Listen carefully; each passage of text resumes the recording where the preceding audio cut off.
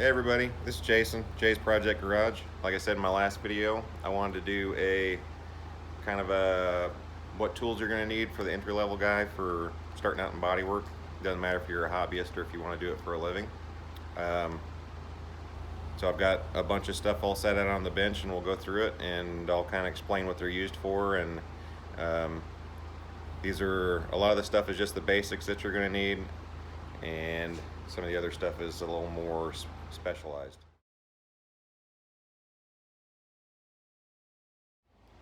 Okay, now obviously, the first thing you're going to need is a good set of blocks.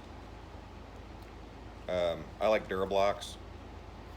Come in all different shapes and sizes. You can buy them in a kit. Uh, Longer ones, they have them way longer than this, but this is the one that I generally use. It's very controllable. And then you're going to need a round one, so you can get in inside curves, like wheel openings and that kind of stuff. Smaller blocks are really good for tight areas. I like 3M blocks. They're easy to hold on to. You don't suffer from a whole lot of hand fatigue.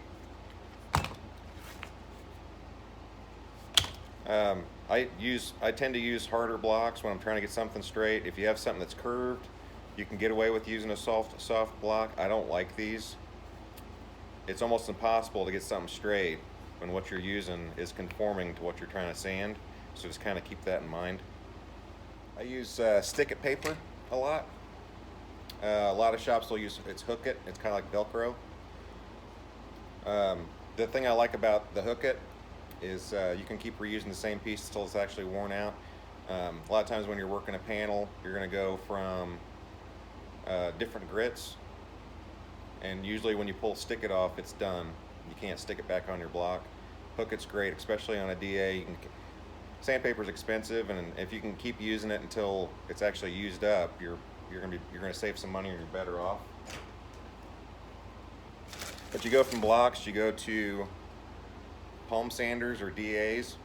DA stands for dual action. It spins in two different directions. So it'll spin this way and it oscillates. That's why it's called dual action. They'll take a lot of material off. Depending on the grit of the sandpaper, they'll take a lot of material off in a hurry. A lot of guys, when they're first starting out, they want to jump straight into this.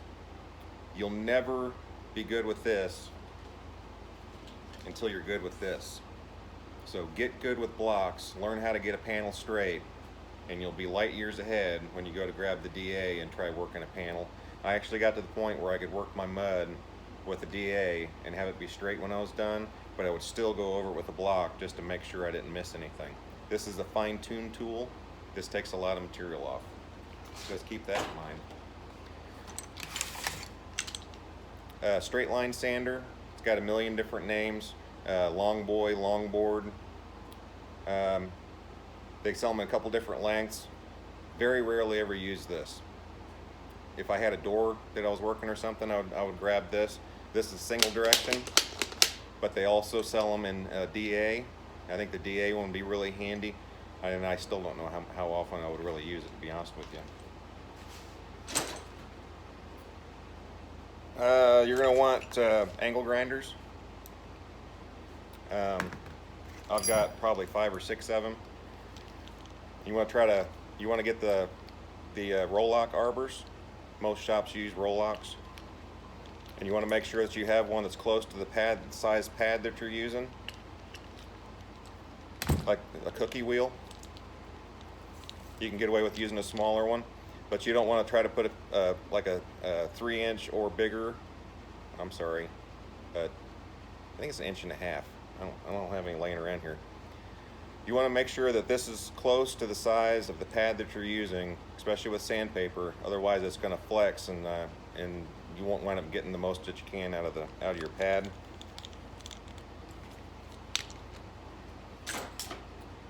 And then just real quick, probably one of the most important things is PPE, personal protective equipment.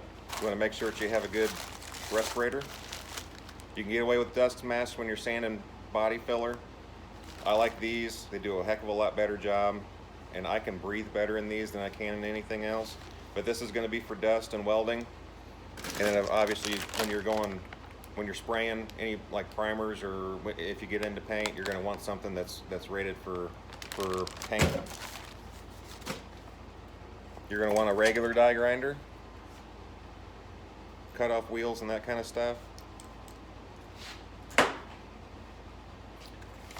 Probably the favorite tool that I've bought in years, the belt sander. This is one of the more expensive ones. They have a lot out there that are cheaper. I think Astro makes one. I actually like some of the cheaper ones better because it has a lever for changing the belt. This is a little bit more involved, but you can still do it really fast once you've done it a couple times. Basically, just take this off. You pull back on this, and the belt comes off. There's a million different grits of paper, and they have the Scotch-Brite roll-locks. Scotch-Brite's really great for doing like if you just need to take a little bit of paint off or something like that. It's great on seam sealer too. Speaking of seam sealer, two-part gun. They have these in pneumatic. I have one, I just didn't get it out. And just a regular caulking gun, because there's a lot of seam sealers and stuff that still use just regular caulking guns. Blow guns. You want to make sure you have a good blow gun. I think this one's a Typhoon. Most of the shops have gone to, they need to be OSHA certified. So the days of us just taking a couple airline fittings and putting them together and sticking them in the hose and blowing stuff off, OSHA came in and saw you doing that, you'd be in deep. So these are only like 20-25 bucks, and they work awesome. So get you one of these. Make sure you get a good pair of gloves, welding and just regular mechanics gloves. If you're doing body work and you don't want body filler all over you all the time, just get some nitrile or latex gloves.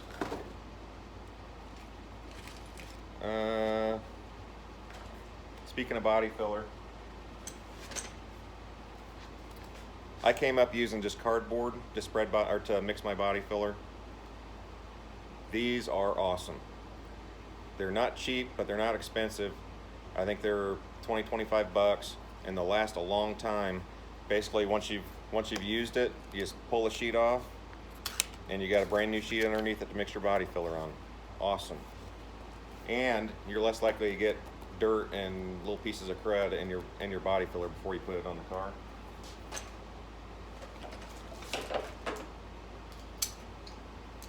Sounds dumb, but on metalwork, if you need to straighten a flange or anything, I call these metal straightening pliers.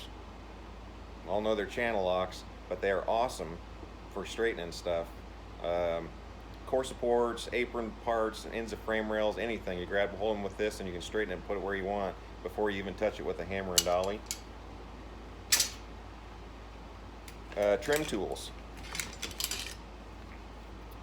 Snap-ons are my favorite. I've tried a bunch of different ones. Some of them are flat on the ends, and for some reason these just work better than any of the other ones I've tried. Also, plastic. They have plastic ones for doing interior trim. If you got to take a part of a dash or something apart, you can buy a whole set of them at Horrible Freight. They work. Vice grips. There's 1,000,001 different kinds of vice grips, and I think I own 1,000,001 different kinds. Just a regular old pair of vice grips. These are great for doing bumper repairs and that kind of stuff, and they work great for straightening metal too. Welding clamps. And I've got some that are even longer than this. These are great for getting in, if you're clamping up a quarter panel or rear body panel or something, you can get everything clamped up before you start welding it. Speaking of welding, you want a good welding helmet, auto darkening. You can buy one at Harbor Freight. They're not that expensive, but it's a heck of a lot easier than trying to flip your helmet down every time you're doing a plug weld.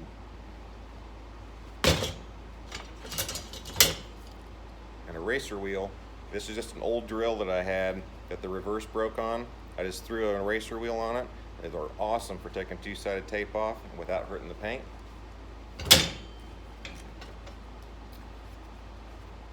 Belt molding tool. I'll have to show you how to use this, but basically it goes down between the belt molding and the glass on your doors, and if you're gentle, you can get the belt molding off without damaging it. A lot of those trim pieces get pretty expensive. Hood prop rod. A panel separator. This one's made by Snap-on. It's really, really good. Obviously you can use it in 2 different directions, and it's made to beat on. Don't try using just a putty knife or a 5-in-1 tool or something that you bought at the hardware store, because it'll eventually just break and fall apart at the worst time. So make sure you have a good panel separator. And I think this was a 3-piece set. Bunch of different brands of this. You don't have to go super expensive if you're not going to be doing it all the time. Guys that have been in this business for a long time will tell you that you're a hack if you have one of these. It's a burr bit on a die grinder. If you've ever tried putting an aftermarket panel on, you know the holes aren't going to line up or are not going to be in the right spot, and you may have to massage them. And if you might have to open up holes on bumper covers, these are great. A door adjustment tool. I'll have to show you how to use this, but the gist of it is, this is going to go in the door latch, this is going to go on the striker, and you can move the door up or down to make it fit your quarter panel.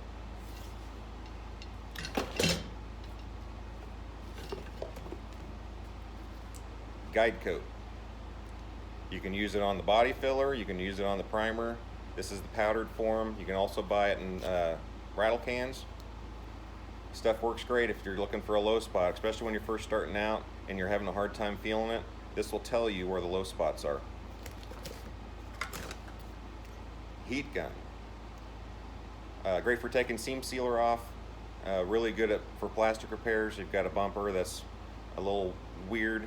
You can heat it up with this. You can get it back into shape. I used a like a cure light, and I just stole it from the paint department. And I'd bring it over and I'd put it over the bumper and I'd heat it up, and then I could work a big area all at once. Headlight.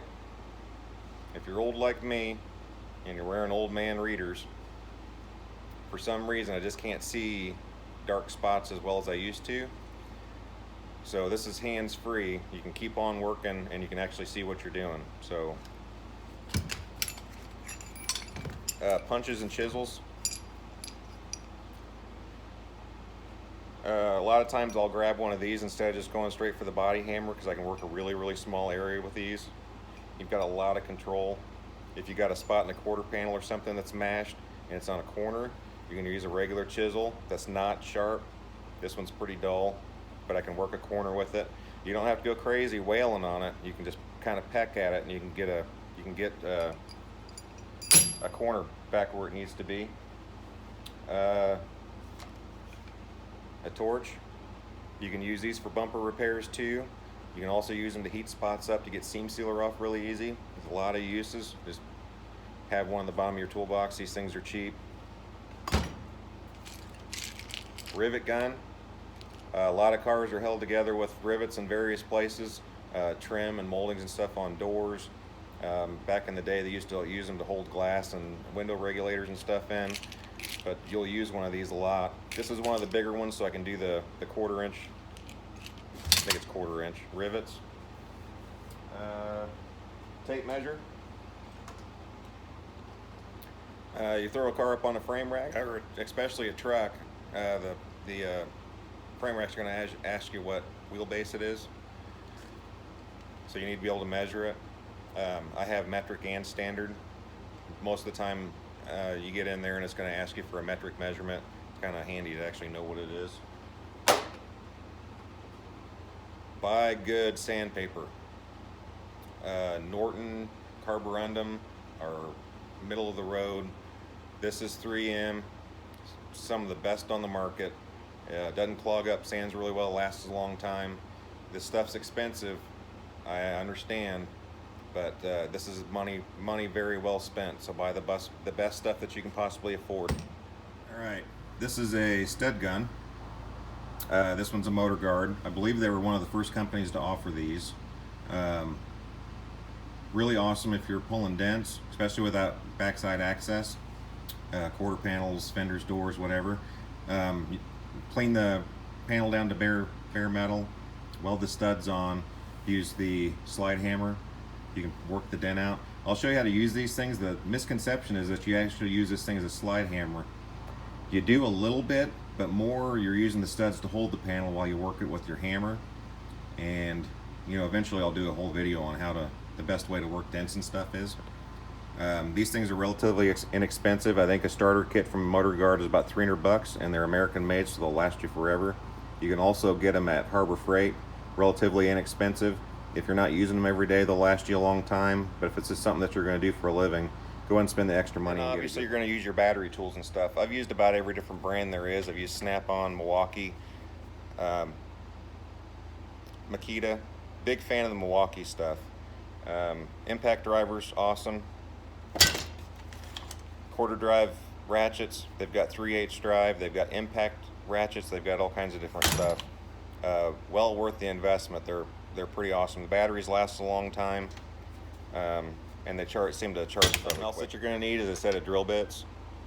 I've got a whole bunch of different ones. I've got Snap-on, I've got cheapy Menards brands, I think I've got some DeWalt ones, I've got all kinds of different stuff.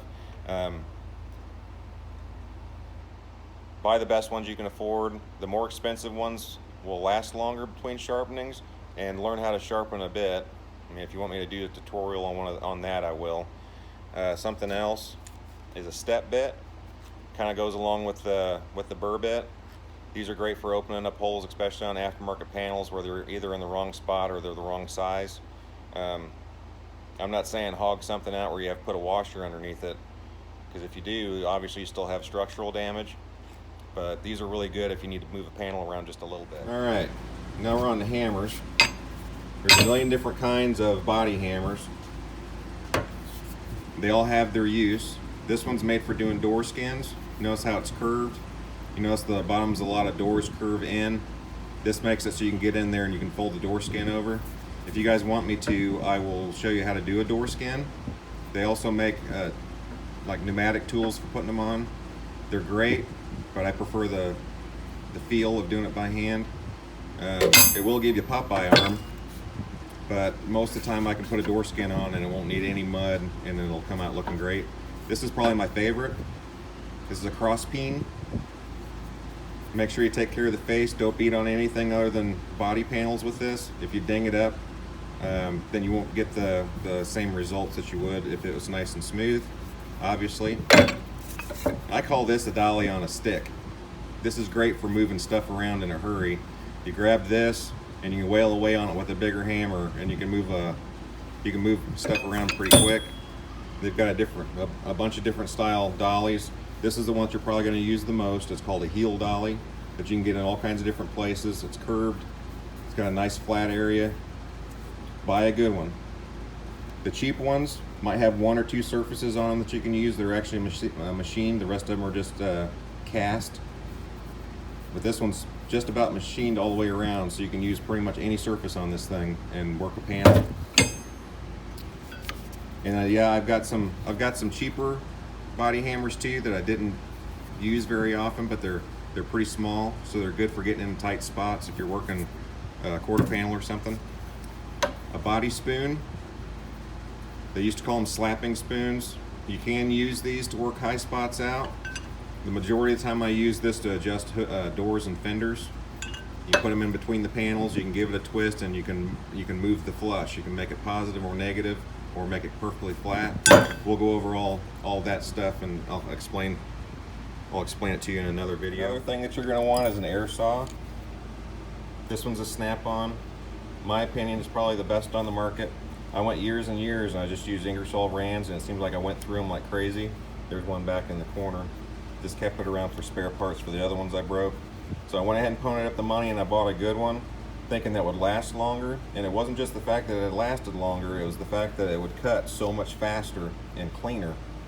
And make sure you're using the right tooth count blade for what you're cutting. Right angle drill, great for tight areas. This is a really good one, I like it. It's an Ingersoll. My problem is it's not variable speed. It's either on or off. But it's worked fine for what I've needed it to do. An air hammer. You might be able to get away with using one of the small ones from the hardware store. They're okay if you're just cutting sheet metal or something like that, but if you really need to get serious, you're going to want to buy a good one. I've had this one for probably 15 years. It's been awesome, never had a single problem with it. If you're a little bit short on money, you can buy it as a kit. It comes with chisels and stuff, and then you can go back and you can buy more chisels later. Here's a longer one. You really need to get some reach. I've got one that's even longer than this. Specialty clamps. This is kind of a specialized thing that you probably won't use very often. If for the entry-level guy, you may never use it, but if you need to clamp up a wheel opening or anything, these things are awesome. And I do use Clecos every once in a while for wheel openings and putting on bedsides and that kind of stuff. Very rarely ever use the regular Clecos. That's just for doing sheet metal work stuff on race cars. And a good tap and die set. This one's a snap-on. Pretty expensive. You don't have to spend that kind of money on one, but you are going to need some taps and dies. You never know when you're going to break a bolt, or you have a hole that's a little bit messed up that you're going to need to go back and clean up. Or honestly, on a lot of Fords, you're going to get panels that don't have threads cut in them yet. You can go back and tap them, and it makes assembly a whole lot easier. Something else, you don't have to spend a bunch of money on a tool cart. You can just go to Harbor Freight and buy one. It's pretty similar to what this is. This thing's ancient. I've had it for probably close to 20 years. But this was my assembly cart. I think I have two of these. One was kind of for metalworking. I kept drills and air hammer and that kind of stuff in it. This one I can pull over to a car. It's small, pretty compact. I can fit it in between cars in the shop. Sockets, ratchets, wrenches, torque spits, anything I'd need to put the car together, I'd have in this cart. Obviously, that's just scratching the surface. There are a ton more tools out there to buy, and I've got a lot more I could show you, but I didn't feel like dragging 3 toolboxes worth of stuff out to show you everything. As far as what brands to buy, what I would say for the entry-level guy is beware the tool truck. You can get yourself in deep on one of those things, and before you know it, you're making, $50, $60, $75 a week tool truck payment to multiple different trucks, and you're not really making you're not making big money yet. So just watch out for that. There's nothing wrong with going and buying tools from Lowe's or Home Depot or Menards just to get started out. Just buy what you can afford, but buy the best that you possibly can with the money you got. You're always best to try to pay cash for that kind of stuff when you're first starting out. But I think that's pretty much it for that part of the video. And then over the course of time, you guys will see me using every single one of these tools, and I'll go into a little more depth on how they're used and why you use them, and why I've decided to go with a certain brand or a certain type, especially with the belt sander. You'll see why spending a little bit of money on one of those things is so worth it. It's way better than drilling holes, drilling out spot welds and stuff. The thing is 10 times faster, and the belts are cheap. Way cheaper than spot weld bits. So that's that. Nothing really new on the projects. I've been working on them. I had to work on my daughter's truck for a little bit before she went back up to school. I've got some more work to do on my wife's. Got to change the oil and stuff in it. Didn't figure you guys wanted to watch me change oil, so I'm not going to video that. Ran into a buddy of mine yesterday. They asked me if I was wanting to build some engines for Circle Track stuff. He's got 3 buddies of his that are building new cars, so we'll probably be getting into that. It'll be small block Chevys. It's Paragon. It's a local dirt track. Pretty well known, I guess. I've only been down there personally a couple times to watch races. Never really been involved in dirt track stuff, but I do know basically what they are going to need engine-wise. So I'm going to do some more research on that. I'm going to get the rule book, and I'm going to go through it and find out what I can and can't do, and I'm going to find out what they do and don't want me to do. And so we'll be a video on that. That'll be fun, and we'll go down to the track and we'll watch them run, just kind of see how they did, and make sure everything works out the way it's supposed to, if they have any tuning questions or anything like that. So we'll be going to the machine shop. A buddy of mine owns a machine shop that's not too far from here.